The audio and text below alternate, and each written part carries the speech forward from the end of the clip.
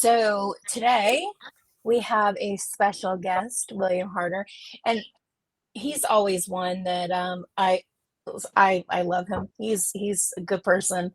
Um, and it's funny because I didn't know that you guys knew each other, and then I knew him, and it's one of those it's a small world things, and I love it when that kind of happens.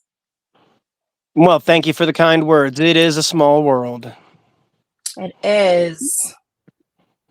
You know what? We should do a live one Yeah, night. I've known him since I was like 19. Oh, since you were 19, that was like yesterday. Yeah, since I was 19. Yeah, I'm 34 now because I started collecting. I don't know if we can say the word on here if you're on TikTok, but you know what? In 2010. Listen, It just has go ahead been. and say it. It has been a while. Murderabilia. You know, Yeah, I don't know if you can say that word on TikTok. I don't know if it'll flag it. this past weekend was well, actually, yesterday was my 24th wedding anniversary, and we went up to Pigeon Forge for the weekend. And anyhow, Kevin's like a huge like aviation nerd, and so I took him to the airplane museum up there, which was kind of like a you know throwback to our honeymoon anyhow, because we spent part of it in a museum for him also. But then we went to Alcatraz East, and I've been there before, but he hasn't. He really loves history and stuff like that. I think he ended up liking that more than he ended up liking the airplane museum. Because that's a lot more interesting. Yeah, and It it's is. so It's cool. So cool. It is a very cool place. Yeah. I was like, Yeah. I have this thing that if I could steal one thing in the whole entire world and get away with it, what would I do? It would be Ted Bundy's typewriter. And when we got there, they had moved it out of the second floor case, and I was like, "Oh no!" I was like, "Somebody took it back." It was like, "I guess it got circulated." No, it just got moved downstairs. So Right. Yeah, I went to the Alcatraz East in, oh gosh, was it 2023? I think it was August of 2023. A bunch of us went, actually. There was a whole little like meeting of the true crime minds, and a couple of us came from California, Georgia, South Carolina, New York, Kentucky, and then we had folks from Tennessee, and we all met. We rented a big giant house, and yeah, it's a neat place. It's big. It's much larger than the museums here in California because, I mean, Tennessee is just, I guess the property's cheaper. it definitely very cool. I was asked him what his favorite part of it was, and he said, he was like, it was all really cool. He said because how much I like history. He said, but I have to admit, I think the death penalty part at the end was probably the best because you got to actually like see the way it is, like see the dunking chair and all of that. Oh, that they were like, was there a history of the death penalty? I don't remember that part specifically. Yeah, they For had like a whatever. dunking chair. They have Tennessee's old Sparky, and they had a little mini like a makeshift gas chamber and stuff like that. Gosh, I just don't remember that. I was more interested in looking at all the art, like there was some real neat craft items they had there, and you know, it was neat seeing some of the Gacy stuff. They had a pretty healthy collection Hmm. of that, and that's the stuff that Yeah, they have sticks a out. great collection. I've sold them a few things there. And Bundy's car. Yes. Is that original or is that a replica? Yeah, that's the No, one that's thing that I would original. get away with if I could. Because some of That was those Yeah. some of those are replica cars. They word it real nice, but you got to read the fine print. Yeah, that one was original, and so was OJ's car. Is that a replica? That's not I'm the pretty original sure the car? Bronco was a replica. It I'm says pretty sure. on the bottom. It says on the bottom, Oh, this is the really? real. It said it's the real Yeah. Bronco, and Bundy's was the original. It was the original Beetle that he had, and he had a orange one later on.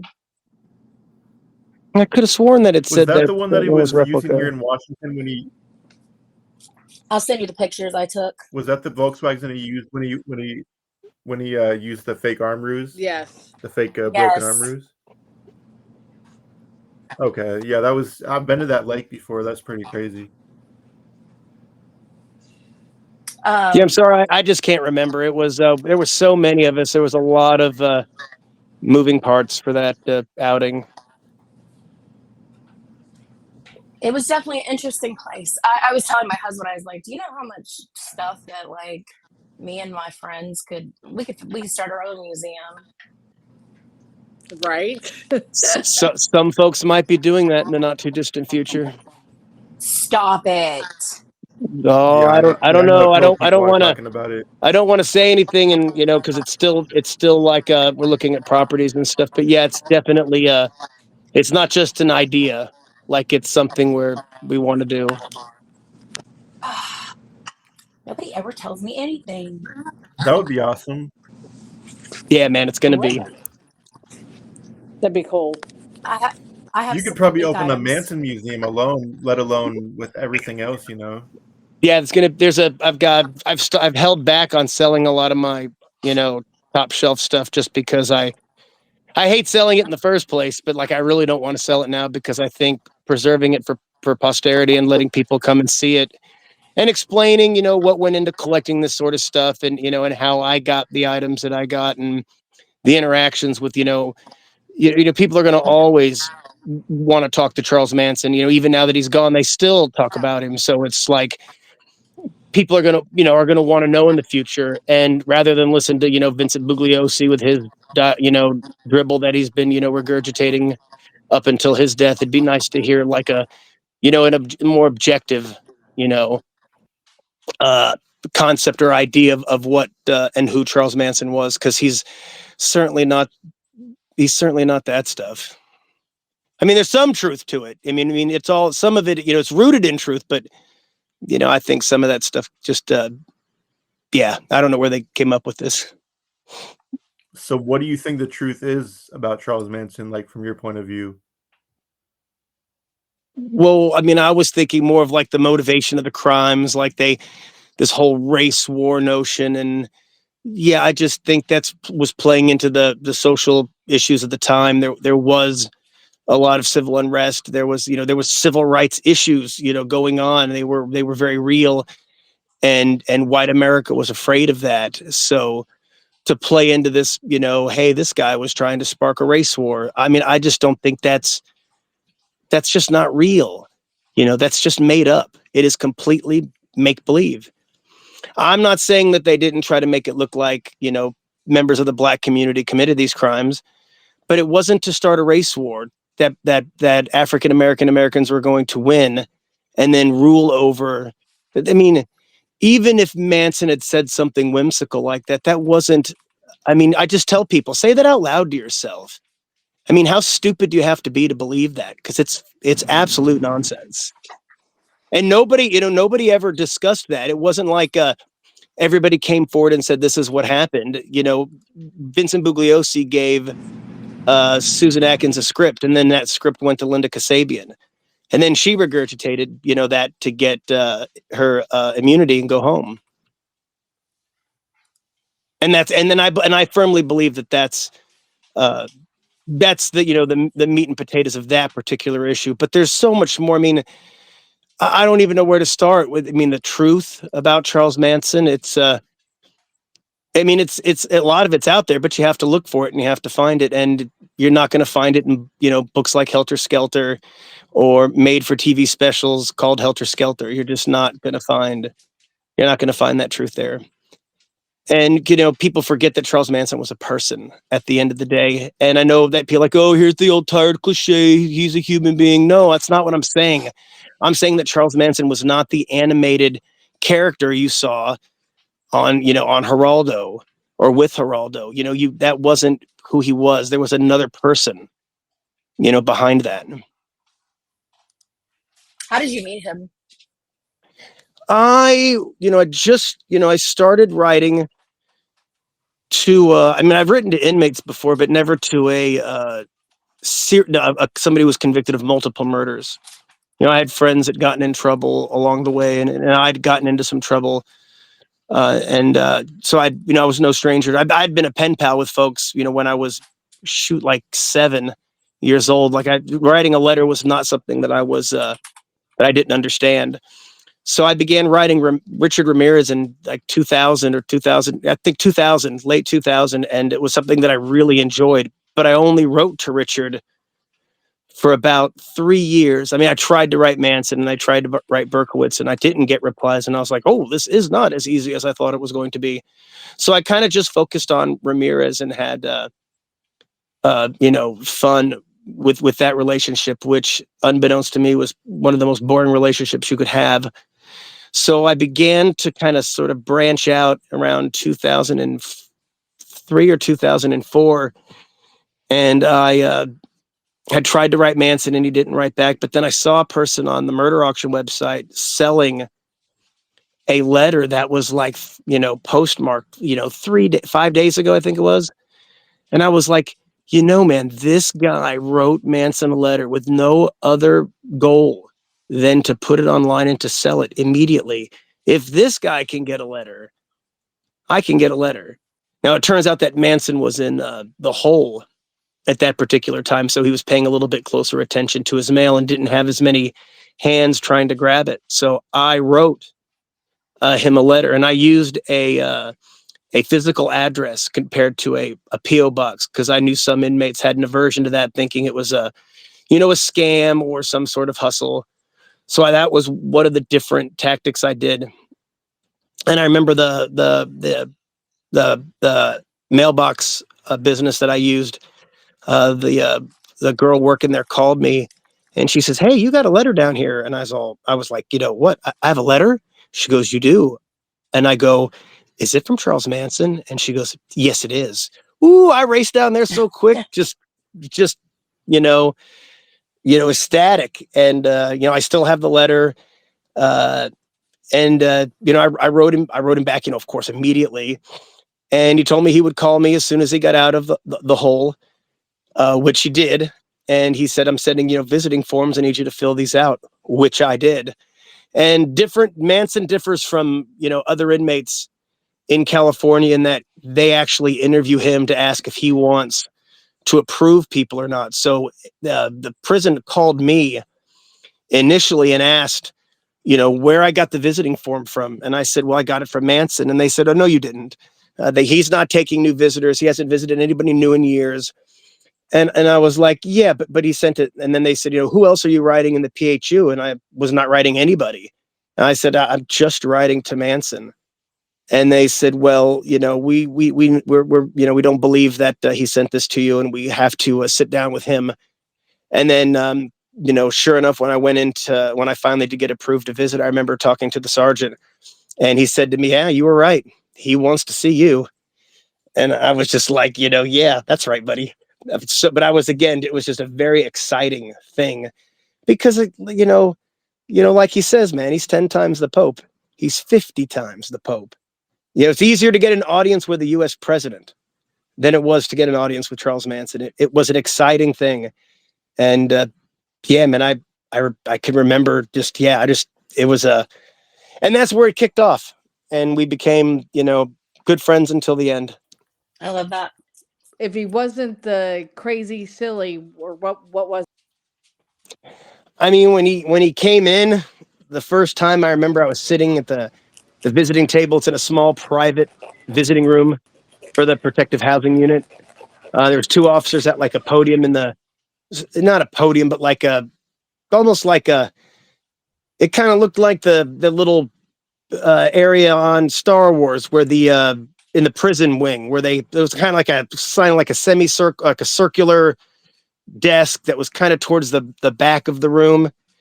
And there was 2 officers sitting in there paying more attention to their phones or video games, whatever they had. They really didn't care about the visit or what was going on.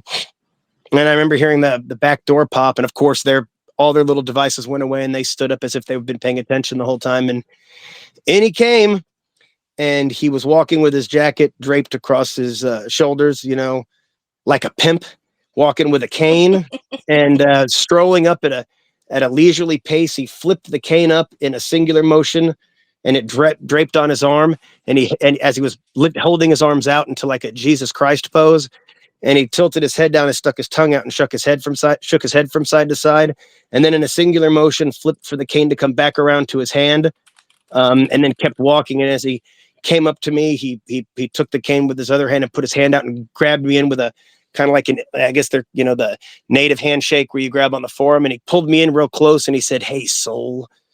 And I just remember thinking, oh man, this is happening. And we talked about matter of fact type things, like, sort of like bouncing around here. I remember one time, Charles had said to me, he goes, "I wish I had a brother like you, and I wish I had a father like you. I don't know where I'd be right now, but I know I wouldn't be here." And it made me kind of look at my life and think to myself, well, yeah, man, I'm so fortunate to have these things. And, other people would love to have that, these little gifts that I still have in my life that, I take for granted. And I began to just see the person who, was really just, he had and again, this isn't trying to make anybody feel sorry for anybody, but man, his life sucked. Like, it just wasn't a good life. It was really, sad. And, I can see that he wasn't, nobody wants to be some vicious murdering monster or to be associated with that. I mean, that's not generally the goal of human beings, but his life just was so, cruel to him that he became, very antisocial. And I don't mean, that, being social. I mean, like, clinically antisocial. And he just, began, sort of like trying to take whatever he could get from the system. And, he felt comfortable, in an incarceration setting. He didn't like it, but he knew how to live in it. And, he just, from a young age, the defiance to authority, part of the antisocial personality, he didn't want to conform to society standards. And there was just so much. If you just see interviews or you read the trial stuff, it really doesn't paint the accurate picture, because that's just one aspect. It's like saying John Gacy was just a clown that did, birthday parties. No, there was a lot more to John Gacy. He ran successful businesses, was a father of two. He also was raping and murdering children. But I mean, there's still more things to him than just the raping and murdering children. Not saying that any of those things excuse or trump, but there's other, aspects of a human being. And I think we often forget, who, those qualities people have. And Charlie had qualities that I felt were, just, yeah, man, they were just sad, in that he was just, you could just see the kind of hurt life had dealt him. If that answers your question. No, I totally get that. I do. Because I've seen that same kind of thing in some of the people that, I've met and stuff. And it's just, yeah, like Kenneth Bianchi is one of them. He was adopted, and, he had, didn't always have the best upbringing, but he looks back on it very fondly because both parents are deceased now, and he's got the rose-colored nostalgia. And it's like, you've said some other things before that happened, but they just seem to kind of melt away when. Well, right, for sure. I mean, like, when I quit drinking and doing drugs, like, I look back on my drug use and my drinking, and the first thing that comes to mind is all the good times. It's easy to romanticize, what was, but, it's a whole different story when it's happening. And Charles talked a lot about his, his life growing up, and he had what seemed to be fond memories. Like, when he first got to California, he saw a seagull. And he'd never seen a seagull before. This is, of course, there was no internet back then. I imagine Charlie wasn't, watching the nature shows on PBS or getting National Geographic. He couldn't believe. He's like, what kind of pigeon is that? And was kind of just trying to figure it out. And then when he, the way he told the story with his girlfriend, it was just funny. But I can imagine in reality, they were, fighting the whole time about where they were going to, get their next meal from, but I don't know. But the way he told the story, it just seemed like a happy memory, a funny memory, a silly memory, because he didn't know what seagulls were. He'd never seen one. And, they were all over the place. So it's, there's a, and again, that's not to say that Charles Manson didn't get involved with some, events that, were definitely tragic and violent, but it's still, there was a whole person aside from that, before that and after that, that people just, yeah. So one of the things that for me, that always bugs me is the argument over, well, but he didn't do anything. He was just, the one that kind of put things into motion. Well, I mean, he did go into Gary Himmon's home where he was being held against his will and cut him on his face, and he was subsequently stabbed to death. He did go into the La Bianca's home and tie them up. They were subsequently stabbed to death. He was present for the murder of Shorty Shea. I'm not 100%, sure on the involvement. I can't remember, but I mean, he was physically there. I mean, so that's 4 murders on 3 different days. So, I mean, the notion of no culpability or innocent just because he didn't go into the Tate house, there's a degree of culpability there. Not to say that this was his idea and he masterminded and brainwashed everybody. Again, say that shit out loud to yourself and you'll see how stupid it sounds. It's, I don't buy into that, but I wouldn't say there isn't some ownership. There is culpability. If somebody broke into my brother's home and went in there and cut him on his face and left, and then his friends stabbed my brother to death, the sorry son of a bitch that cut my brother on his face would also be guilty in my eyes. And rightfully so. So there was a degree, I think there's a degree of culpability in the crimes, but I think the mastermind notion is a bit, it's a bit dreamy. So you know how there's been like X-Men for Manson, right? Who've like wrote for him and like stole his mail and wrote people, right? Is it true that, I don't know how you say his name, is it Mikhail or Michael Markusev, the guy who We'll just killed say Bill Cosby's Mikhail. son? Yes, Mikhail? we'll just say Mikhail. Yeah, was he one of them? Like, was he close to Manson? Because at one point he told me he was like best friends with him, and I was like, did you ever take his mail? And he's like, no, I would never do that. But I've heard that he used to write people for him.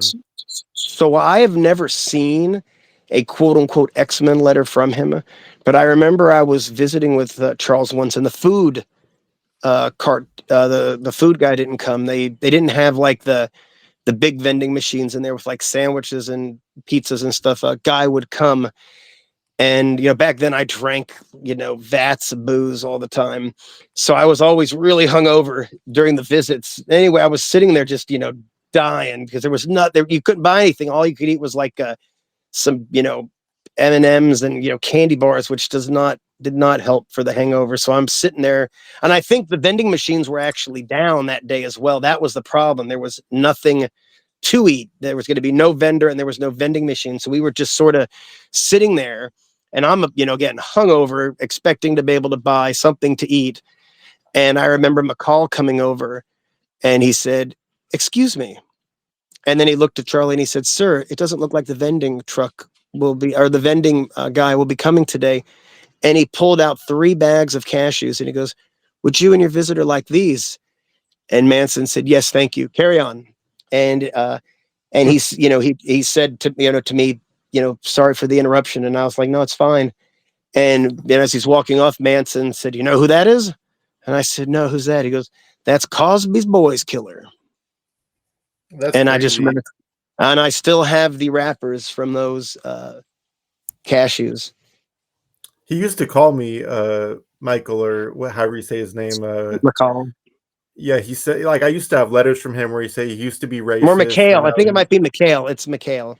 Go ahead. Mikhail, I'm sorry to cut you off. I'm pretty sure it's No, it's Mikhail. okay. Yeah, I talked to him for like 2 or 3 years, and he used to call me, and he said he wasn't racist, and he didn't know it was Cosby's son at the time that he did what he did, and it was just like an act of desperation. And Yeah, no, I don't he believe just he was happened to be targeting. black. Yeah, he wasn't targeting any. It's just highway robbery, you know.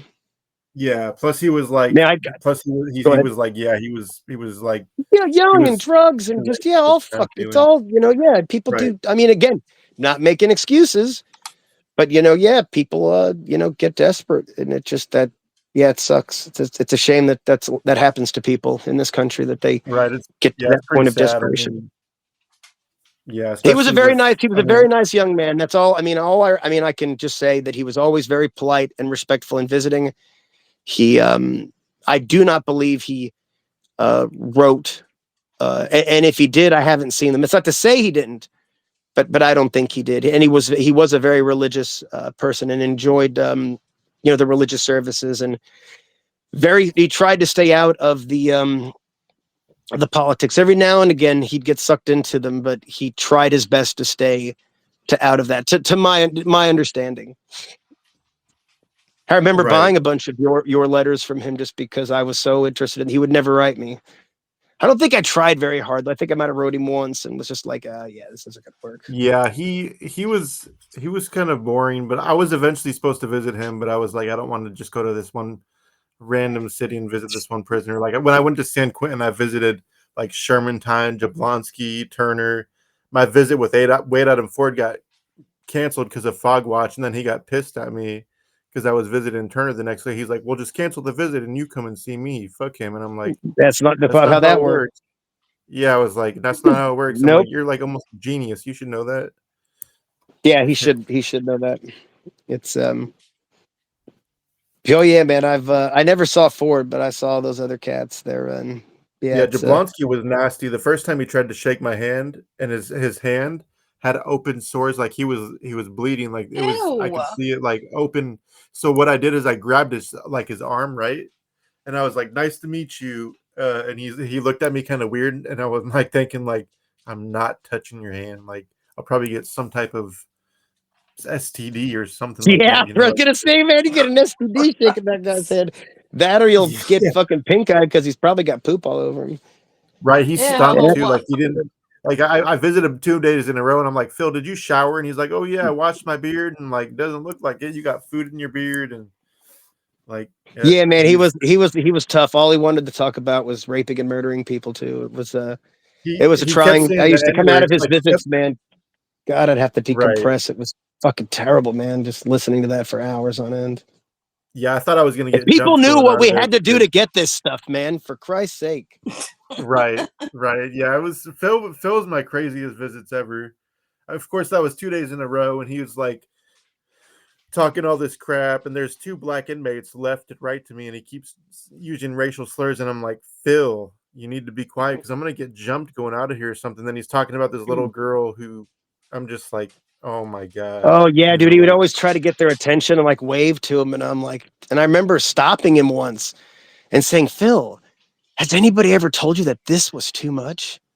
It's not meant to yeah, be like this. he wasn't Why doing that. would He you was want to do smiling at this?" her, and I'm like, yeah, his eyes were following her, and I'm like, "Phil, like, what are you doing? You're like, this is not gonna be good for me if you like, they're gonna think that I'm some weirdo too, and like I'm gonna get jumped in the parking lot or something. Like, you need to stop." Yeah, it's definitely difficult at times. Phil was definitely a rough visit. I enjoyed them because he was so matter of fact and didn't hold back, didn't mince words. He just he liked to hurt people, and that was his thing. He liked hurting people non-consensually, and Right, yeah, right, yeah, yeah, and you know, it's nothing like a visit with Manson. right, right. You know what's my craziest visit is I visited Wesley Shermantown. I'm like, "What do you want to play?" And he's like, "What's Candyland?" And I'm like, "You've never played Candyland?" And he's like, "No." So I shit you not, we played it for 5 hours straight and talked about his case and everything. And like he told me about all the crazy things him and his aunt and his mom or whoever like had threesomes. And I'm just like, wow. Ew. Yeah, man. When you hear about their upbringings and you kind of see how their lives were, it's like you could just it Right. gives you a certain empathy, and it's like, yeah, dude, no Crazy. wonder you're this way. It's like It's like Jablonski with all the abuse his father did. I was like, why didn't you say something? Why didn't like your his sister say something? And he's just like that. Nobody said anything. You didn't. You went to church. You went to school. Your parents came to the to your recitals, whatever you were doing, and then you'd go home and you'd get raped. And it just was nobody talked about it. It was like everybody in the family knew, but you never brought it up. It was and boys most certainly didn't. And it just Right. it just seemed awful. And I was like, gosh, man, I'm so glad that I was born in a time where that's just not accepted. And B, that my family didn't do any of that shit to me. Yeah, I can't Because imagine. it's gotta warp your mind, especially when you're in the tender years, when you're developing and learning about your sexuality, and it's not good. Yeah, but then on the other hand, there's like millions of cases of people that were like abused as bad as if not worse, and they turned out fine. But if you have like mental illness, drug problems, they can like exacerbate it. Then you could be like, they could like just all spiral, and you could just snap or just be like Oh, I completely agree, Ramirez or because something. I always like to remind people who are listening who might be like, I endured abuse and I didn't, turn out like that. And it's like, and it's great that people who have endured abuse can process it and move on and live, rather normal and happy and fulfilled lives. But there's, you can't judge people by the gifts that you've been given. And I've, found that, some people just for whatever reason don't recover, or this is just, there was, one straw too many, and they've just broken into this, much like a person who can't recover from it and stays sort of broken and has to have medication and therapy their entire life. And again, I'm not trying to put down anybody who has to do that, but and I'm certainly not excusing anybody who chooses to become an aggressor or an abuser, but you can see why it happens. And I just wish we'd focus more on preventing it, because education and protecting children from abuse is just those are the two key things that are going to make this planet a better place. Right. Yeah, I that's Which what a is a lot definitely of whole nother offenders agree say. podcast. Yeah, a lot of with offenders say start with the kids. Like they say, if you don't start with the kids, like you're never gonna stop it. If you don't what? They say if you don't start with the kids, you're never gonna stop the the Oh yeah, violence. for sure. I thought you were talking about killing. I was like, oh man, Oh what? no, no, no, no! Who, Like who the told you childhood that? abuse and everything. Like basically stopping trauma from happening to like at risk. You know. No, for sure. Yeah, I think education and basic things like food are key to if we don't feed our kids and if we don't give them educations, we're going to have a lot more of a lot more of this. Certainly we'll have a lot more of the desperation, which poverty breeds crime. It's just a byproduct of it. Right, and sad genuine but love true. too at that too. Like if you don't have love from your mother, especially your father too, like chances are you're probably going to join a gang or like run the streets or turn to drugs or something messed up. Yeah, it's definitely tougher with one parent, and that's not to say that there's plenty of people who raise their kids very successfully in single parent household. My brother's a shining example of this, but and I'm sure there's plenty of women out there who are raising their hands, and so yeah, I mean, but it's much better if you have two figures in the home trying to push for this, and your kid has he goes to school with a full belly and gets a meal during school, and then that's a quality of education that prevents them from I've one thing I've noticed with a lot of the serial killers that I visited, most of them didn't have anything or much. You could talk to them and they'll be like, oh yeah, my life was great, I had this, I had that. No man, that what the life that Jablonski had was a shit life, and he didn't have much to lose. So there was that whole notion of going to prison, losing your nice things, that wasn't a concern. Tommy Sells, going to prison, and what, losing his space behind the dumpster, the little bed of leaves under the bush where he would sleep night after night. I mean, he didn't have stuff to lose. So again, having a degree of material success and responsibility, I think also steers people. Because when you have those things, a mortgage and kids, and it's like, oh yeah, man, if I get in trouble, who's going to pay these bills? Who's going to take care of these responsibilities that I have as a human being? So yeah, I mean, that's definitely, Manson never had those responsibilities really. I mean, not to the degree of what I would say a productive member of society has. I mean, he got by, but I mean, if stealing is part of your getting by, you're not making it, you know? That's heavy. Yeah, we're getting into the deep conversation about the status of the way we treat our young, and I believe it's definitely tied together, because when I look at different killers, like I mentioned, there's so many of them just impoverished, one parent, household, and it wasn't a good parent, or an abusive parent, or an indifferent parent, like in Manson's case, raised by, family. When I take it for granted that I grew up with both my parents. I don't know what it's like to not have that, or as a child to desire that. But I can imagine, thinking now as an adult, trying to think objectively about it. Yeah, I would have probably wondered where my parents were, why I wasn't with them if I was being raised by someone else, and it would probably have fostered some feelings of anxiety, lack of self-worth, anger. Of course, it would have been my choice to act on that, or how I processed it. But again, as a young person, it's hard to understand that at a young age. So I think that all factors in. And it's not to say we're not going to have people who hurt people. That's that's always going to be a thing too, I'm afraid. But I think we'll get less of it. Yeah. No, I agree with you. I don't know if I filled you in on what I'm doing lately. But I'm part of a nonprofit that was started. I'm one of the founding members, along with George Floyd's uncle.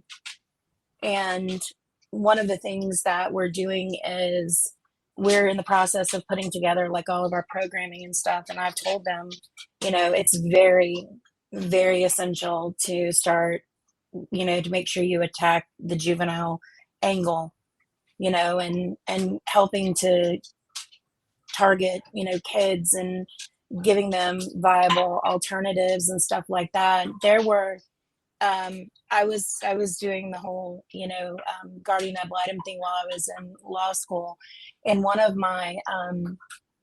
the kids, I swear to you, he's going to be his own investigation discovery show one day, if somebody doesn't intervene with him, because it was so scary. Like at 13 years old, he had, the animal abuse. He had already tried to poison his stepmother. He tried to burn down his house with the grandmother and the great grandmother still in it. And then you're talking about like sexual assaults on his 2-year-old niece, and his sister, and two male relatives. And it's like, you're 13 years old and this is already like your resume. But you look at his life, and he comes from a line of people who are, not very hands-on. They are abusive. He was biracial. His mother would on like any document, she would put that was that she was his aunt, because she was embarrassed that he was biracial. And it's just messed up, because people don't realize that you're creating a monster. Yeah, that sounds all bad. The working with the Floyd family seems like a step in the right direction. I think, yeah, the juvenile angle is definitely one we got to focus on. And there's just not enough. There's just not enough money in mental health. There's and folks like that are at this stage in the game are still going to very easily slip through the cracks. And yeah, yeah, it's unfortunate. Hopefully, that young person gets a wake up call.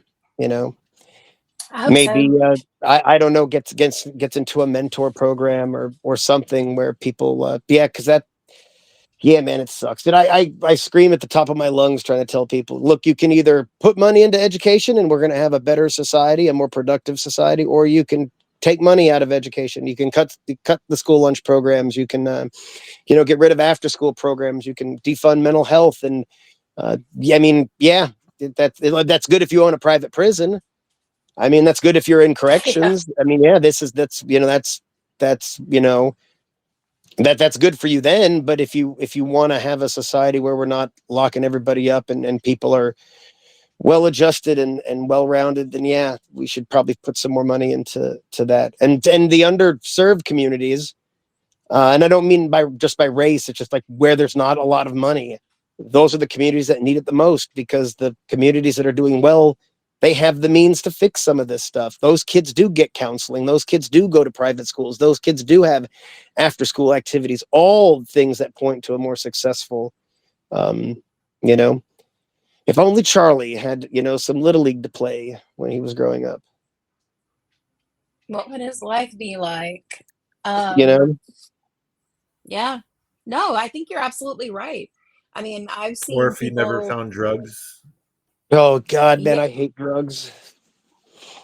They're just, yeah, that's something that really, especially with young people. And I try to tell people all the time, if you're going to use drugs, man, just wait till you're in college, man. There's no rush, dude. There's no rush to do this. You'll have all the time in the world to do this. Just right now, focus on getting an education, and go run around with your friends. When you get old enough to start dating, do that. But dude, drugs and alcohol, there's a reason. Yeah, it's just not good. And, yeah, Charles Manson's life could have been a lot different. He didn't get into the Did worst types of drugs, but I mean, I don't think, smoking weed and taking acid in the frequency that he was is healthy for anybody. Right. did he ever express any Especially kind the of acid. remorse? Yeah, man, it's a powerful psychedelic drug. Did he ever express any kind of remorse? No, he believed that he wasn't culpable. He believed that Okay. it wasn't his. He said it wasn't my idea. I didn't tell them to go do this. They were going to do it, all their own. Why should I, apologize for something that I, had next to nothing to do with? I mean, I said it was a good idea, but yeah, no, he never, he never just flat. I mean, he never, I guess, said flat out that I don't feel remorse. But no, I could just tell by the way we discussed it that he didn't think that he had to take ownership for it. And I remember one time saying, "But you did cut Gary Hinman on his face," and he goes, "I did, but I didn't kill him. I didn't know they were going to kill him." But it's like, yeah, I don't know about that. I didn't think everybody was just going to pack up and go and leave him alive to call the police. Mm. Did he ever talk about Abigail Folger? Like, were they like ecstatic that they had like an heiress as like a victim, like in their grasp, or did they just like, was it just like a coincidence and they just didn't care? I don't know if they were even aware at the time, and Manson certainly never brought it up. I think he said once or twice something about, I like their coffee or something, but that was like the extent of it. I think I'd mentioned something. He's like, yeah, I like their coffee. It's good coffee. I think I That's might have crazy. asked him if it was true that they wouldn't allow Folgers to be sold because the California prison system has that's the main. There's two types of coffee you can buy on the canteen, which was the Folgers crystals, and I think the Keefe coffee I think was on there too. There was another brand. I'm pretty sure it was Keefe, and everybody wanted the jars of Folgers. But yeah, he and I heard a rumor that Folgers said they would take the contract as long as it wouldn't be sold in the prison where Manson was. But that was just complete bullshit. Like the whole Yeah, that's notion that they crazy. changed his guards out every week because he was, I mean, it's like when people would tell me that, I'm like, and you believe that? Oh yeah, I got a friend who works there. He told me that. I go, yeah, man, your friend's lying to you. If somebody actually told you that, they're lying because that's not true. It's just, that's nonsense. That's Yeah, they just would lose silly out on talk. so much money too, and they don't care now because he's been dead for what, almost 10 years, if that. So No, he'll be dead 7 years in November. oh, 7. Oh, it seems like it's been much longer. The world's just not the same without him. Right. So I'm curious, out of the entire bunch, who do you think was the most brutal? It probably comes down to Watson and Davis, huh? I don't know, man. If I had to be killed by somebody, I really wouldn't want to be Abigail Folger. that seemed like a Right. rough way to go. Getting shot, well, it's not a great way to die. It's certainly better than getting stabbed over and over. I mean, Hinman had it pretty rough too, and that was, Bousselet, Davis, doing most of that. I mean, I think Atkins and Van Houten were there, but they didn't do any of the torturing or whatever. I mean, that seems like a cold way to go too. I'd probably rather be Folger than him because of the duration and the fear for that extended period. Just seems like it would have been terrible. And Watson did the bulk of the murders. But I think the most violent of the two killings, or of the four sets of murders, I think Hinman and Folger were the two that had the pretty drawn out. Sharon Tate being pregnant obviously adds a fear, and a terror wanting to protect your unborn. But and Watson did kill her. I mean, it's hard to put degrees to things. It's like which murder's worse. Well, yeah, man, they're murders. They're not good. But if I often try to think in my mind when people ask, well, what do you think was the most brutal, or who was the worst, of like serial killers, I try to think, who would I want to be killed by the least? And in this scenario, yeah, Watson had a lot of real quick ones compared to some of the others. They're all, I mean, it was all hands on for those folks. They were all, just being present for such things is, you're part of the game, you're part of that whole thing, which is why Susan Atkins and Leslie Van Houten were convicted, because they never killed anybody. Neither of them, yet they were convicted of the murder of the murders they were present for and condemned, sentenced to death. Yeah, that was insane to begin with, and then they were all commuted to life with the possibility of parole, right? Yep. When they abolished the death penalty, we were having some problems with the death penalty in the United States, particularly in the South. Oh yeah, So the federal government I had know some guys to that are nip on the that in road, the right? butt. They're like, yeah, we need to fix this, man. You can't just go around killing people, just because, your racist community says you can. So yeah, I think it was right for the death penalty to get abolished. And while, yeah, there were some people who certainly warranted the death penalty that were probably spared, I don't think Leslie Van Houten or Susan Atkins or even Manson warranted the death penalty. Yeah, no, I don't think so either. I mean, to each their own though. I guess it'd be different if it was my family member, even if they were just shot in the head. I'd be like, yeah, Right, kill well, them. but you can't. They wouldn't have you on a jury for that purpose. It's not being Right. objective. Well, When yeah, I yeah, think yeah. of the No, death of course. penalty, like I try to think of the worst of the worst. Like, I Right, think of somebody like Tommy Sells or Anthony Shore or John Gacy. I mean, those people right. really, earned, even, Aileen Wuornos. There are folks out there who definitely earned their death sentences. But, Yeah, there's a lot of I folks don't that I think necessarily believe political in the pressure and, the public opinion, and that's what, people want to do. And, yeah, convicting people who didn't commit any murders and getting the death penalty just shows how savvy you are as an attorney. And of course, Vincent Bugliosi wanted, he tried 106 cases and got 105 convictions. Did he have 105 people and that one was innocent, or did he have a mixed bag and he was just that good? Who's the one that got away? Do you know? I don't know. I remember reading an interview in Hustler magazine, and yes, I got it for the The articles. articles. It might have been actually in Playboy. Now that I think about it, I got them both. I really did. The letter to the editor from Hustler every month was just amazing. I thought Larry Flint was I'm very disappointed that I won't get to meet him. He was one of the people on my list that I really just thought I thought was a very good man deep down. And anyway, I loved reading the stories. I mean, of course, there was nice pictures to see as well. But yeah, but I remember them discussing that.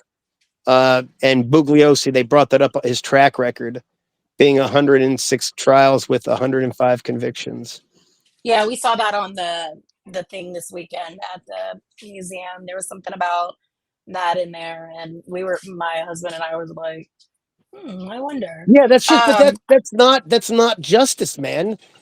That's just, it's a theater. It's just, it's that I know we have to have a system of justice, and obviously the court's goals are to convict people if they're accused of crimes because they're, in tandem with the police and the prosecutors, and it all works as a unit. But putting innocent people in prison or getting death sentences for people who had, and I'm not saying that what the, Leslie Van Houten and Susan Atkins were involved with wasn't a very serious crime, giving those kids the death penalty because, it's like the prosecutor who gave that guy 25 to life for stealing the slice of pizza because he wanted to see if he could do it under the 3 strikes law.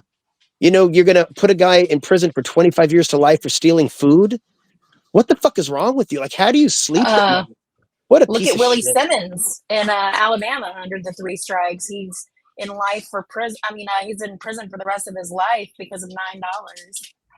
That to me, and I understand that there's laws, you have to follow them, but putting these blanket requirements on judges to do mandatory sentencing, over that's just a big waste of tax dollars. I mean, it's a big I waste of agree. tax dollars. I understand people can't just go around stealing food, but to prosecute somebody for stealing food and then to prepare to your goal is to give them a life sentence is just absolutely disgusting. I'm sorry. I just can't. And I'm not a lawless person. I'm not saying that people don't need to be made to atone and pay their debts to society, but give me a break.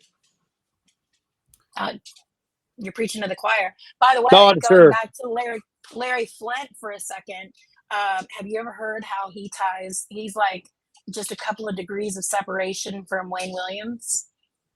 No, He is. I did not. I So did not hear this. There was a guy named Mitch Warbell that was doing the training camps for like the CIA and other types of people. And Wayne knew Mitch, and Mitch ultimately ended up going and being Larry's bodyguard. And there are rumors that Larry Flint had that when Mitch died, that it was because Larry Flint had him poisoned. I just, and I'm not going to say that, Larry Flint, isn't capable of violence. He just didn't strike me. Everything I've read about him, he seemed like such a well thought out person. And that would be just something that is such a risk to one's freedom. And being somebody who was sentenced to life imprisonment for making naughty movies, and that's, not an exaggeration. They broke him off. I think he would know better than to do anything that would risk his freedom because I think he realized how fragile that privilege of freedom can be taken away when you make enough people angry. I agree.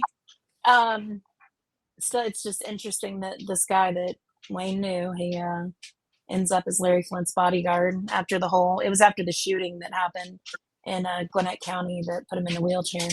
Right. And I remember the Uh, letter to the editor when they were getting ready to execute Franklin. He said, do not execute him on my account. He's all, let that rotten son of a bitch, let him rot in prison, that son of a bitch, or whatever he said. But he was so animate against the death penalty that he spoke up for him, which, he didn't say anything nice about him, but he said, don't kill him. And certainly don't kill him that, if you're having, because they kept saying he also shot Larry Flint. He also shot Larry Flint. That would be brought up every time. And he's like, no, don't use that as your, your battle cry that he somehow deserves to be killed. Larry Flint opposed the death penalty. And that was another thing about him that I just loved. yeah, it's because his name was, heavier in weight. So he got attached to everything. Yeah, for sure. They sensationalize it that way. Yeah, he didn't want no part of it. I don't. And of course, I and then I wouldn't. reminded people, I was like, but he wasn't being executed for that. So it's, It was for the girl, and again, Mercedes. no, he killed 2 young African American boys. Okay, You I'm know, if writing down there's, the details. there's those people that they, that earn their death sentences. And, he was certainly trying real hard to, yeah, to earn that. So now I got a question for you about the whole Manson family.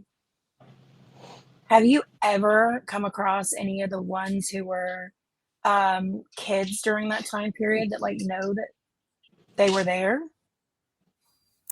No, none of the children, at least none of the people that I've met over the years, identified themselves as such. I've met some of the older participants, some of the adults that, they're now elderly that were there at the time, but nobody has come to me and been like, by the way, that was my mom and dad. So if I did meet somebody like that, it was unbeknownst to me. I've always been interested in the Manson kids and the Waco kids. Most of the Waco kids got killed, didn't they? Yeah, but they sent out like 60 of them or something at the beginning of it. Hmm. All of David Koresh's did, So but yeah, I know they sent out other people's. Or I guess some of them could have been David Koresh's too. Yeah, I imagine a lot of those people don't want to be. They want to get back to their lives, so they try to. Most people, I would think, would just want to get back to their, or try to have whatever life they can build for themselves. They're of course going to have a lot of hurt in them because, yeah, that whole situation was really that was very tragic. Yeah, I would change Absolutely. my name if Actually, something like that happened to me too. But yeah, man, especially if you lived there and you knew the truth, like if you knew what it was like to live there. Right. This idea that, oh, all the kids were being molested, and if you're like, yeah, man, that's not what happened. David Koresh never molested me or anybody that I knew. Like, what are you talking about? And that's the justification they gave to killing all those people, or to raiding in the first place. It was to save kids, and then to get public opinion their way. They just said he was molesting the kids, and that just gets people, oh my gosh, we got to stop this person. But yeah, I haven't heard anybody come forward and say that. So yeah, it's probably something they're very upset about. well, you do have that happen on compounds because we had the Malachi Yorks here in Georgia, and that was a huge part of what was going on Little Egypt's compound. Well, but by the same token, man, that happens, in the Boy Scout troops Yeah, and at the ballerina, recitals, at the, at the swim, at the, the swim instructors. I mean, pedophiles try to find kids, it's and true.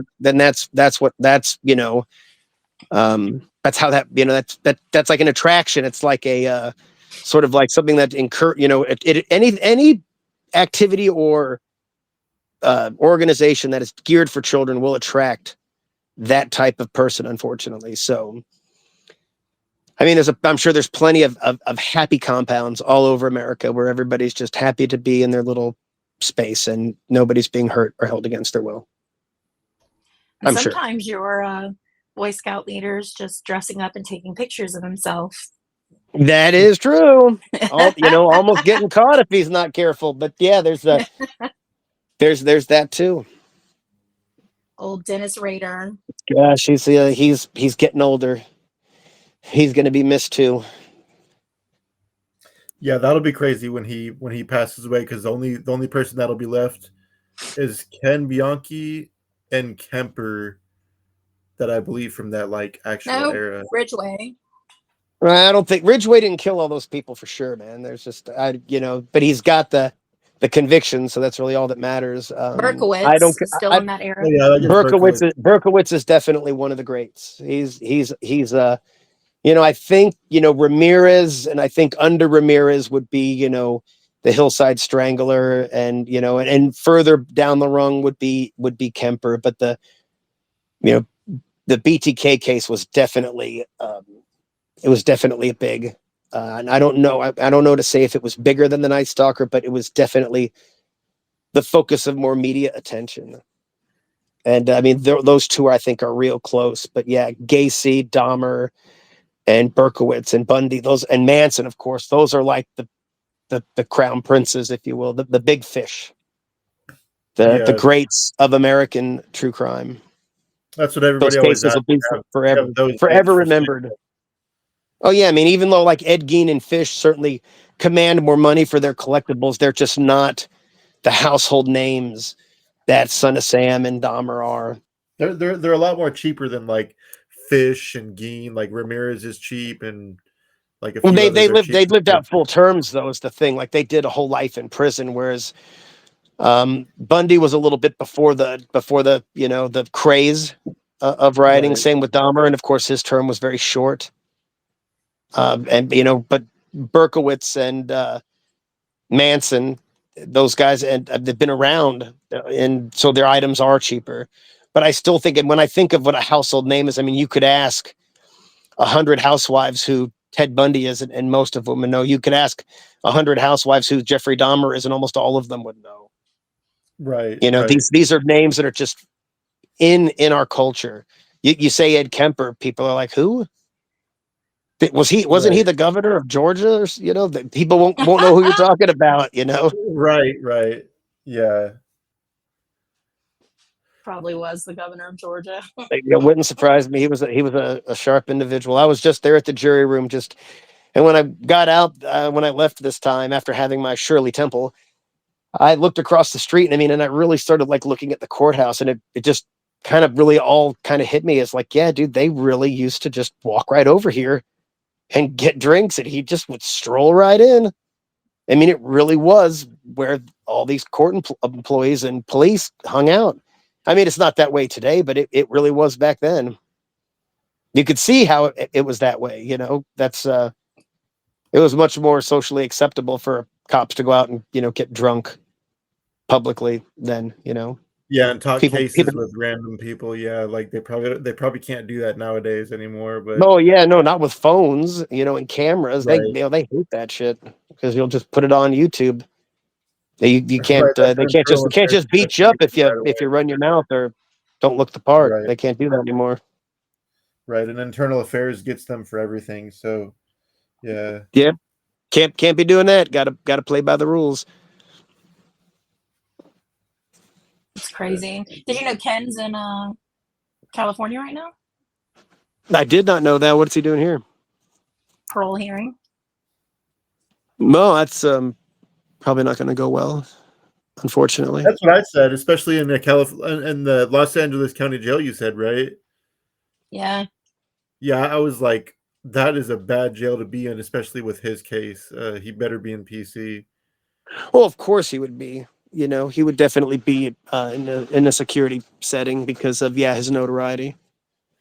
That's not to Yeah, say that somebody might not give him a punch in the nose, but they don't want attention like that because that's a news story. Somebody punches Bob who touched his niece. Well, nobody gives a shit. But the Hillside Strangler gets beat up, then it becomes a whole thing. Mm-hmm. right. Yeah, that's why the Tory Lanez thing is going so big right now. Like I hear there's a lot of tension in that prison right now. The who? Oh yeah, he just got stabbed, didn't he? Tory Lanez, he Tory was Lanez. a rapper. He was convicted of shooting, or he wasn't even convicted of doing it. He was convicted of a gun charge. He's a rapper. Megan Thee Stallion, she was shot in the foot, and she claims that he shot her. And he recently got stabbed like in the head, the back, and side, or something like that in Oh the my California God. prison. Yeah, like he was on. He wasn't. It wasn't like life threatening conditions, but he was on a respirator at one point, and now like the governor or some like senator or something is like calling for Newsom. I think it's Newsom, right, to release Yep. him. And so many other like celebrities are like free Tory Lanez, like Drake and countless other like entertainers and stuff. It's crazy. I don't think that's going to bode too well, but Yeah, I don't think so you either. never know. But the West Memphis Three got out with a lot of celebrity support, so you never know. I mean, And those public guys were press. actually guilty of something.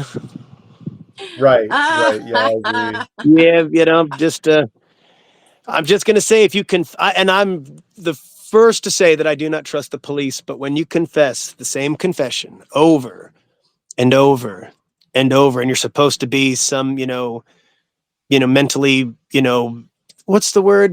Mentally retarded person or special need, whatever, slow developmentally learner, disabled whatever the hell nowadays. you call it today.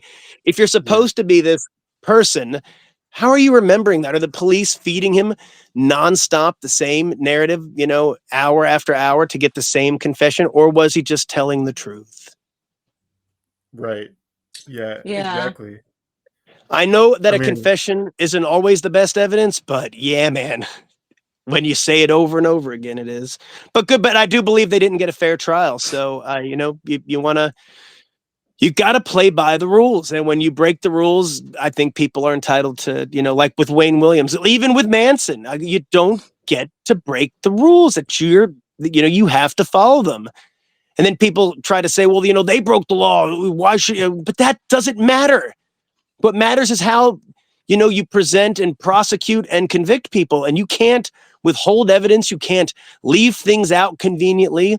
You can't give things to the defense, in the middle of a trial saying, oh, we just found this. Sorry. That's not how it works, man. And yeah, so I'm glad that they were able to take the Ralford pleas. Good for them. If they were convicted, within the confines of the law, and they didn't have all that, static bullshit, expert witnessing, and yeah, man, sure, they should have convicted him on the merits of the case, and not with nonsense. right. Yeah. Facts. The documentary Did you? didn't help at all. Well, yeah, man, but that was not a realistic documentary. You can, Right. I can make a documentary about Andrew Dodge, and I can say you're a Major League Baseball player, and have footage Right. that looks just like you up there. He was under his assumed name, and it would, I could make you look like you were a baseball, player.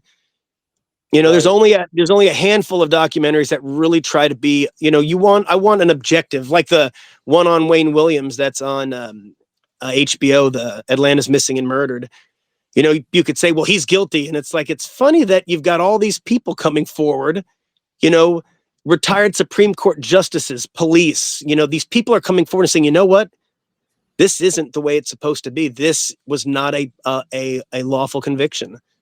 This was Yeah. done underhanded. Yet he still sits in prison. Yep. And I think in Wayne's case, he is innocent. And people like, oh no, he's guilty. And I'm like, why do you think that? Because that's what you were told? Because you read a book that a guy wrote with prosecutor notes? I mean, give me a break, dude. When I heard that Supreme Court justice explain the reason they upheld his conviction and why he dissented and why he refused to go along with the boys, I was sold. I was like, man, this guy is now retired, doesn't care what happens to him, and he's telling the truth. And I just was like, yeah, man, this guy's not making this up. Did I ever tell you about the new evidence that was found in Wayne's case? No. Yeah, there were so we were going through all of my files, and my friend found emails that were given to me, I think on accident, with it was between the GBI's Larry Peterson and the it was reps from DuPont and Wellman. And this was in 2002 and to 2004. There's multiple emails specifically about the source of the fibers. And it's like, how do you convict a dude on fibers, 20 something years before, and you're now looking for the source of the fibers? And nobody's taking responsibility for it. But Wellman testified that it was their fiber. Yeah, that fiber evidence is junk. I mean, that's just was the most nonsensical thing. I saw a really good shirt that somebody had made, and it said, this shirt was made from the fibers used to convict Wayne Williams, or something to that effect. And I was like, God, what an amazing shirt. It was some vintage thing. I should have bought it because it was amazing. I was like, that's great. And then, yeah, somebody got it before me, bastards. But Oh yeah, my no, God. Listen, it's we should do that because we both have his signature and we can just put his signature on there. so there it is. Free Wayne Williams. And and I'm not one of these folks that just believes everybody's innocent because they say they are. Like, I really believe that Wayne Williams he's not even convicted of the Atlanta child murders. The fact that No, they did so much to get the conviction and the reasoning behind it. Like, it's just so yes, obvious. Like, it doesn't take a rocket scientist to be like, yeah, man, this is all politics and money. And Wayne was just the perfect person to prosecute because the Black community wasn't going to get behind him for a number of the reasons.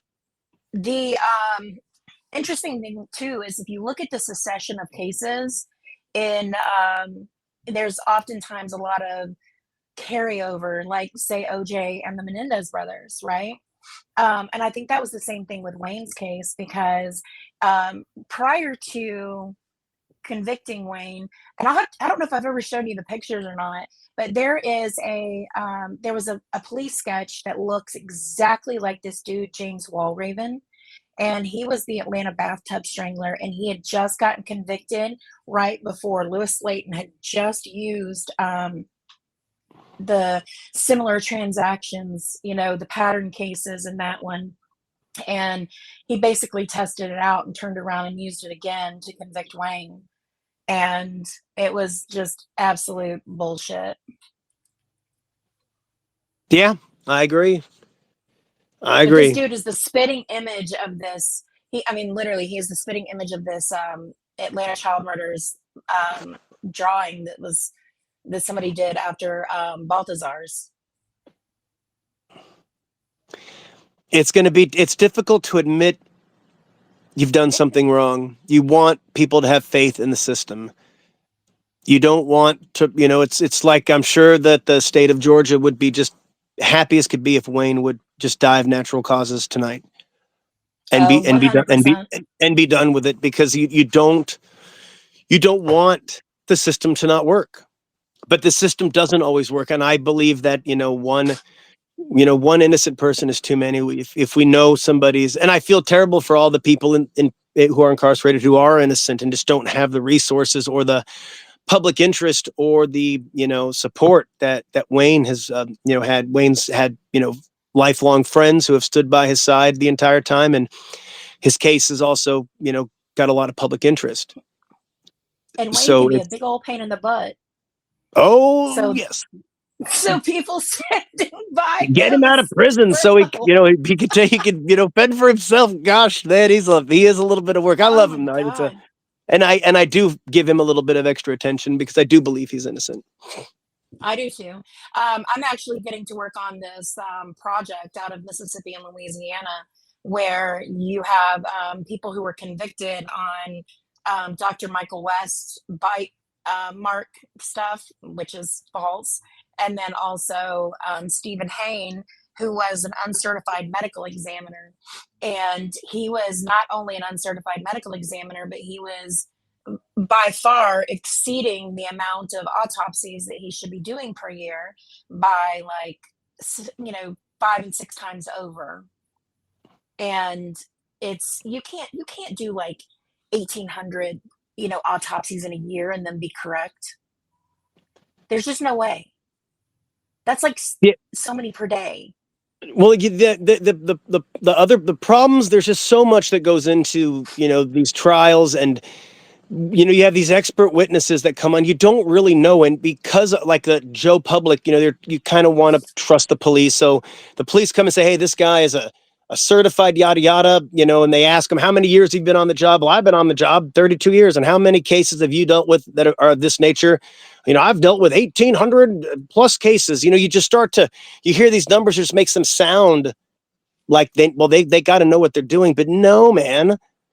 I'm like, what does that have to do with this individual person? I get it. You've got some experience with this, but it's like, what does it have to do with this person standing accused who is innocent until proven guilty?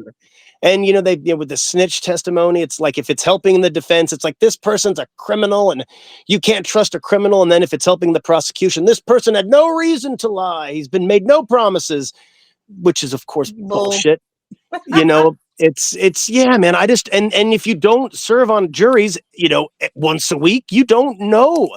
You don't see the patterns. You don't know why they're, and I get it. We have to put guilty people in prison. I get it. But yeah, man, let's do it the right way. The way the founding fathers Totally intended. agree. You know, it was Ben Franklin who said, "It's better to let 1,000 guilty go free than to convict one innocent." Yeah. Well, there was a guy, Jimmy Duncan, in Louisiana, who was convicted based off of both of their testimonies.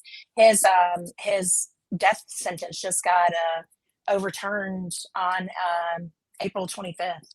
So he was the last holdout on the Louisiana death row. It's just crazy. Like, I don't know why people don't see this as a problem. And the whole mentality of, well, they probably did something, But that's fucking garbage, man. That's not a reason to put somebody in prison or, execute somebody. I don't get it. Like, I don't understand. It's funny that, Canada, Mexico, Europe, the UK, fucking Russia, New Zealand, Australia abolished the death penalty. And then you got places like North Korea, China, Iran, the United States that are just killing people. Like, it's not good. That's not the right side of history. Simply on a cost-effective spectrum, it is not cost-effective to execute people. And then people are like, well, we should just, if they're guilty, just shoot them. I said, well, we've got this thing called due process. Well, some of us still have it. It's, we'll see where we're at in a little bit. But yeah, we still have this thing called due process. You're not allowed to just kill people.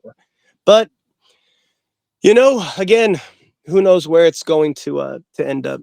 As it stands right now, we have, you can't just go around killing people in America. Right. Speaking of the death penalty, there's a guy that I know that's being executed in 2 days. He just got his final meal request approved, which is hot dogs, tater tots, and an apple pie with vanilla ice cream, which is kind of an interesting request. Mm. I mean, I don't know, man. I don't know what I would ask for. Have you heard about the restaurant, The Last Meal? I have heard about it. There's a couple places that are doing that now. I think they're actually offering, like, on the menu they've got famous last meals. Yes. Which I think is awesome.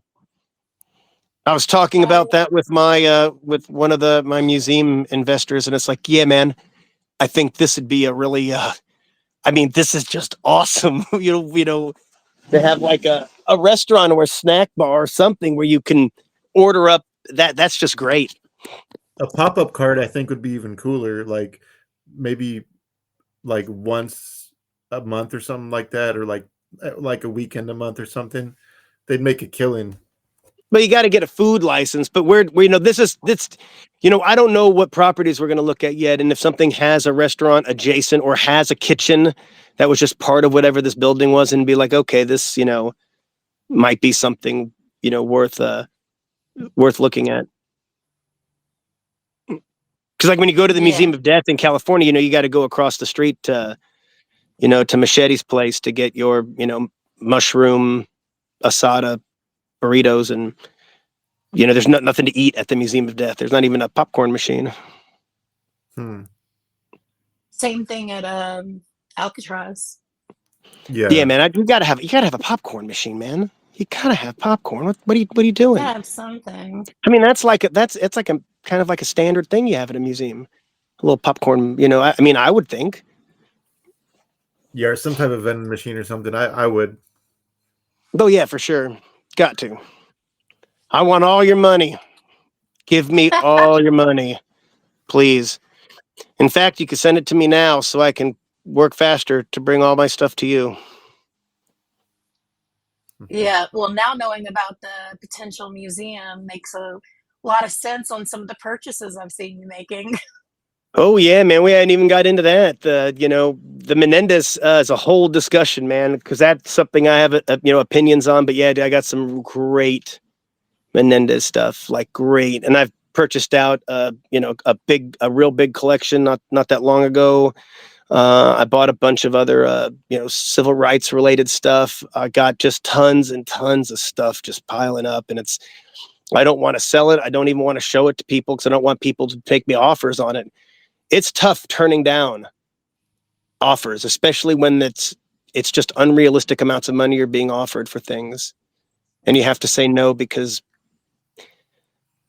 you're just foolish, and and your wife's yelling at you, why the hell didn't you sell that? I got offered $6,000 for a letter that I paid like $140 for, and yeah, I said no, and as it was the only one I had, and I just couldn't sell it, and yeah, that caused a little bit of I wouldn't say tension, but there was definitely are you stupid? And then I had some other friends that were like, yeah, man, I'd have sold that shit. But yeah, I've turned down solid offers because, again, I keep thinking a museum and the future, I want people to be able to come and see this stuff when I'm dead and gone. And hopefully it'll bring them the same kind of enjoyment that it brought me. Right. Yeah.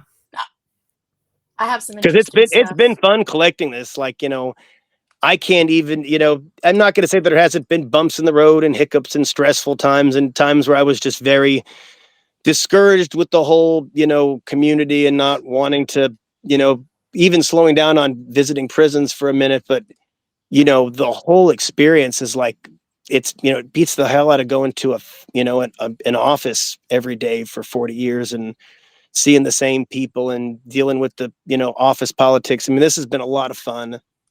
I'm glad I've been able to do it in a way that supports me, and I've been glad it supports itself.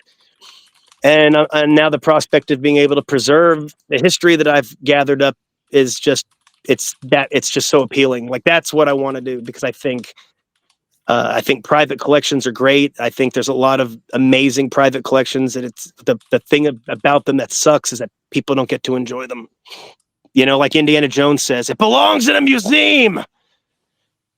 And Right. I agree. There's so I many get that notion. I get why his character was so hell bent on that, because yeah, man, these things should be enjoyed. When I say enjoyed, people should get to see them and read about them. I think, the Menendez stuff, I'm going to go into all the aspects of that case and how those convictions were got. And, the way we have to address this sort of thing as a society. And is this justice? Was that really justice? And make people kind of think.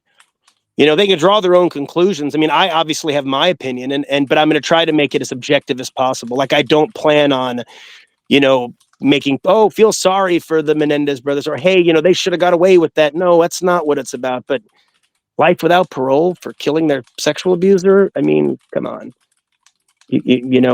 Blocking out that evidence, that just seems, what do I know? Maybe I'm just a big old, criminal who doesn't understand, the plight of the victim. There's some such. Oh, Right. what?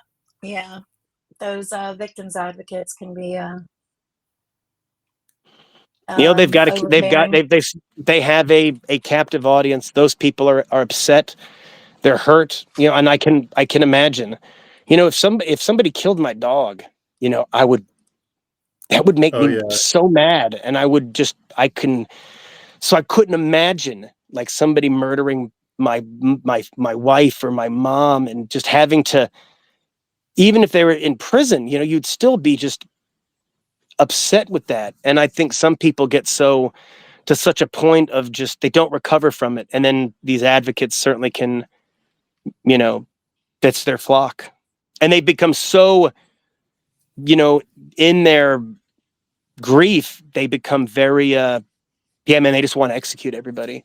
Like, you wouldn't believe what I see posted. I mean, I just went to a very popular victims advocates Facebook page, and they were disparaging that George Floyd got a full page article in their local newspaper, and all these other victims had not. And then when you go to the comments, they're all saying that he overdosed. He was a drug addict, a criminal. I mean, and it's like, I mean, you could guess what kind of people these are. They're Yeah. Yeah.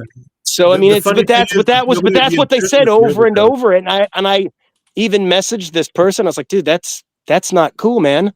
Why would you let? I mean, that's just racism, and people loving the police murdering black people. And of course, those comments are all still up. It's it's not impossible to find. I've seen them. There was a girl who was like 16, convicted at 17 for assisting her boyfriend to commit a series of rapes. and murders, and they were, her parole hearing was coming up, and, she was like, 40 now or whatever it was. And these people were like, she should be raped and tortured. And I'm thinking, you mean this child? We should have raped and tortured them. What the fuck is wrong with you? But those people are they're just so hate filled. And I get it. They're angry. And, I would be angry too, but I'd like to think that I wouldn't be, so blinded that I would support the police at every turn, even when they blatant, there's no disputing that George Floyd was murdered by Derek Chauvin. And there's no version of reality where raping and torturing children for the crimes that they were committing with an adult is acceptable. And I just can't get with it. I'm glad again that I don't have to wrestle with those feelings or that grief, because I do feel sorry for those people. I pity them, because it sucks. It sucks to be in that position, and I do wish they're they didn't have to endure that. But lashing out at everybody else is not the answer, and being a bigot is just poor taste. Mm-hmm. I'm with you. I know you have to go, but we should definitely do another one, and we should also definitely talk about. You need to be on my juvenile advisory committee. No. Yes. I didn't say no. I said oh. Oh, I thought said, you said no. No, I said oh. Well, I am not. It's I've got I got so many like do-gooder projects. Like it's man. Like I've got a friend of mine. I'm trying to help him get on the straight and narrow. He's struggling with his addiction again, and so far so good. But it's like a lot of work. In fact, he's calling me. My friend's calling me right now because he's gonna ride with me over down to Southern California when I pick up these these guys in this band. He wants to come just to have something to do, because he's the devil finds mischief for the idle hand. So I'm trying to, but I'm not saying that I'm not interested. Yeah, we should, give me a buzz sometime, man. Let's, I think that, children are the most important thing, man, even though I don't have any, and it was somewhat of a choice. And then, I think that we need to focus. There's a lot of work to be done there. Yeah, no, the advisory committee is going to be, basically where we just, present the ideas that we're kind of wanting to do, and you kind of give us your feedback on whether or not you think it's a good idea, whether you think could use going in a different direction, things like that, just to kind of help keep us on our paths that we're going through. Well, my mother was the deputy director of child health and disability prevention for the county I live in for, I think, 36 years. So I can definitely bounce some of that stuff off her, being she worked with children most of her adult career. That would be amazing. We'll talk. We shall. And if you come back to Georgia again without telling me, we are going to fight. I'm going to get a whole ring. We're planning something for September that's going to be big. Call Seth. He'll tell you about it. It's going to be big. There's going to be a lot of us coming together again, and it's going to be fun. And there's, there'll even be children there. So, bring the fam, and it'll be tons of fun. Hopefully it's not the first week, because we'll be at a crime con, right, Amy? Yes, I'm being drugged to Crime Con. I've never gone to one of those. I never have either. I've only done the one that thing in Chicago I did back in 2015, but I didn't do any others. I just think a lot of regurgitated, this is what the police say, so this is what happened. I'm not interested in that. And I'm not interested in rubbing shoulders with those kind of people so much. I'm not saying I'd never go, but no, we're going to be doing. It's going to be the second week, the 14th, I think, is when the tentative start date is, but there's a lot of people coming in from different locations like Canada, New York, California. There's a bunch of moving parts, and we're trying to, just get a hold of Seth, man. It's going to be good. Okay, lots of fun. Murderous fun. Murderous. It'll be killer. It'll be fucking killer. I'm sure I'll talk to him before then anyhow.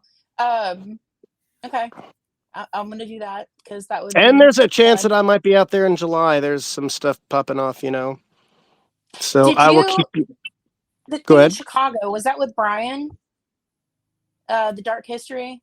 No, No, I it did was that with the Brian. Mad Monster did a thing called Mad Mobster, and they wanted to have a crime exhibit, so I provided all the Oh, crime that's stuff. fun. Yeah, it was kind of fun. Freezing cold, man. I'm telling you that I'm not built. I was wearing like California clothes. Holy smokes! It was. I mean, it was cold, like freezing, like I'm not built for that. piercing cold. I've never felt cold hurt like that. Yeah, it hurt. Like the cold hurt. It was. Yeah, no. It was a fun event, but yeah, went and visited Anthony Sowell right after that. Oh, that's cool. He was one of the most friendly serial killers I've met. A very explosive personality, friendly, disarming. I would have went to that guy's house for a barbecue. He's Yeah, like, I "Oh bet. yeah, man, I'm going to be grilling up some veggies. You know, we cater to the veggies too. Come on by. We're having a party." Yeah, dude, I would have went right over. He seemed, you would, yeah. It was scary how friendly he was. And when people ask me the scariest visit I ever had, I often bring him up because, yeah, man, I was like thinking to myself, yeah, dude, you would kill me. I would be in your house cutting up the vegetables, not even thinking twice. He was very personable, friendly, and disarming. I can imagine how people felt comfortable with him. I mean, of course, he wasn't smoking crack or anything, so maybe he changes a little bit, obviously. Yeah, right. Yeah. But the person that I met was, he was very similar. Michael Alec had the gay flair, but Michael Alec was also fun, welcoming. You would, and I don't consider Michael Alec to be, his crimes were it was a crime of passion, an incident, that wasn't necessarily some horrible, some motivated thing that they continued. Alec's visits were a lot of fun. In fact, I stayed later with him just because the visits were so much fun. I was like, oh yeah, I'm staying here to do this again. Because he was, yeah. And they're both no longer with us. It's a shame. Right. I love talking to Michael. I talked to him for like 2 hours on the phone one time, and he like cut his hair and sent me his hair and sent me hand tracings and all this. And he kept the Party Monster DVD though that he was supposed to sign because he's like, I don't have a copy, and I'm like, just keep it then. I was able to get his prison ID. Oh, that's awesome. Yep, still got it tucked away with the That's gems. cool. Yeah, it's a good one. I wanted him to sign hammers when he got out, and when he got out, he was like, "Yeah, man, about those hammers." He wouldn't do it. He wanted to seem like he was like real like clean in the public. I don't even know if he was still partying or not. I interviewed a dude that grew up. He died of a drug overdose. He was partying. Every time he called me, he was always dropping his keys and dropping his phone. Oh, really? Well, yeah, Yeah, I guess so. I guess he was still doing all that stuff. Yeah, I mean, yeah. maybe not right I'm sure away, he but yeah, probably was, it like, didn't take blackballed long. Yeah, but I'm sure he's probably blackballed from like the scene that he grew up in because of what he did, and like Well, he's who it dead was. now. Well, I mean, when he was alive, like because wasn't one of the victims like one of like the club kids or whatever, like I'm sure they Well, probably yeah, he was shunned him like a after when drug. got He out. was like a drug. He was their drug connect, and I think Yeah, they so were they probably lovers. like I can't shunned him or remember. whatever. The case wasn't one of that fascinated me. It wasn't something that drew me in. It was just, hey man, this is what happens when you use drugs. This is what happens. Right. Like this kind of shit is just everyday drug stuff that happens. Right. Yeah, definitely. Nothing spectacular about it.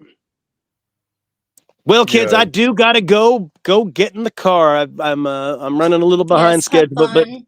oh no, for All right. sure it Well, was yeah, we good. I was appreciate glad. it. No, it was a lot of fun. We'll definitely do it again. And I'll probably give you a call before I leave on Thursday to go down there just to hammer out a few last details, but I'm looking forward to it. Oh yeah, man! It's gonna be we're gonna have a rape rockin' good time with America's band, the Mentors. Yes, Yeah, looking Never even forward heard to of it. them. the Mentors. Blasphemy! It's dude. That's Did you remember the Kurt and Courtney documentary? And there was that big fat guy who said that Courtney Love offered him $50,000 to kill Kurt Cobain. No, I want to go back and look at that too. That is El Duce of the Mentors. He was killed by a train about 3 weeks after saying that. But yeah, the Mentors are, yeah, they're one of the best. I love them. Been a fan for years. It didn't age well, but it's tongue in cheek and it's meant to be tongue in cheek. Interesting. We'll have to talk Kurt Cobain one day too. Yeah, I saw him in concert. They suck. Yeah, Butthole but Surfers. did she do Butthole it? Surfers stole the show, baby. But did she do it, or did she have somebody do it? That guy Definitely just shot wasn't him. That guy suicide. just shot himself, man. That's what happened. You think so? You know, if you were married to Courtney Love, you'd probably shoot yourself too. But with your feet though, that's what's so crazy. I mean, do you ever see the shotgun suicide in LA? The highway suicide? I've seen Mm-mm. photos; they're pretty gnarly. That guy, I watched it live. I was in prison. That guy blocked off the highway and shot himself with that big long gun. Yeah, he shoots it with his I might have been with his. It was a big John Long. I thought he used his foot, but maybe he did use his hands. I can't remember. But yeah, that's not people. Yeah, man, he wanted to go. And let me rephrase this. Obviously, Courtney Love was just a part of why he wanted to kill himself. I imagine his life was just not.